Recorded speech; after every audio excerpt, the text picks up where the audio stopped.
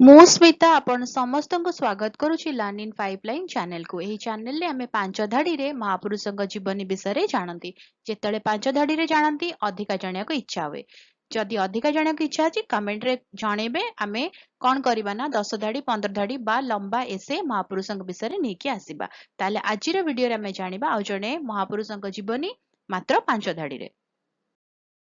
ଆଜିର ଭିଡିଓରେ କଥା ହେବା ଭ୍ରମଣ ପାଇଁ ଓଡ଼ିଶାରେ ସର୍ବୋତ୍ତମ ବେଳାଭୂମି ଗୁଡ଼ିକ କିଏ କିଏ?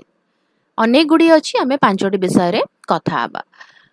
ପୁରୀ ଗୋଲ୍ଡେନ୍ ବିଚ୍, ଏହା ଓଡ଼ିଶାର ସବୁଠାରୁ ପ୍ରସିଦ୍ଧ ବେଳାଭୂମି। ଏହାକୁ ବ୍ଲୁ ଫ୍ଲାଗ ମାନ୍ୟତା ମିଳିଛି, ଯାହାର ଅର୍ଥ ହେଉଛି ଏଠାକାର ପରିବେଶ ଅତ୍ୟନ୍ତ ସ୍ୱଚ୍ଛ ଏବଂ ପର୍ଯ୍ୟଟକଙ୍କ ପାଇଁ ସୁରକ୍ଷିତ। ସକାଳ ଓ ସନ୍ଧ୍ୟା ସମୟରେ ଏଠାରେ ବୁଲିବା ଅତ୍ୟନ୍ତ ଆରାମଦାୟକ।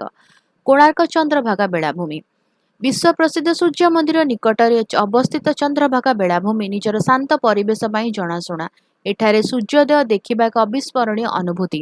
ଏହା ପରିଷ୍କାର ପରିଚ୍ଛନ୍ନତା ପାଇଁ ମଧ୍ୟ ବେଶ୍ ପରିଚିତ।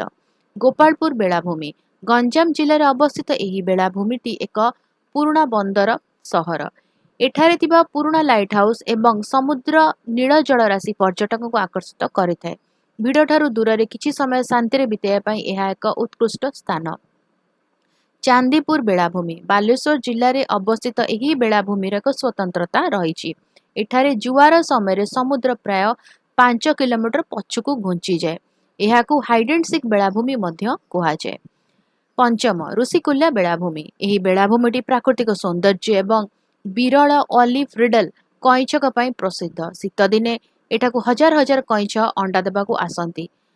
ভিডিওটি কেমতি লাগিলা মতে কমেন্ট করিকি জଣାଇବ। যদি কিছু क्वेश्चंस ଅଛି डाउट ଅଛି कमेंट লিখি দেব आंसर କରିବା। ଆଉ ଯଦି ଭଲ ଲାଗିଲା ଭିডিଓଟିକୁ ଅନ୍ୟମାନଙ୍କ ସହିତ ସେୟାର କର, ଚ୍ୟାନେଲକୁ ସବସ୍କ୍ରାଇବ କରି ବେଲ ଆଇକନ ପ୍ରେସ୍ କରି ଅଲ୍ ନୋଟିଫିକେସନ କୁ ଅନ୍ ରଖିଥା। ତାହେଲେ ରହୁଛି ଦେଖା ଆଗାମୀ ଭିଡ଼ିଓରେ। ନମସ୍କାର।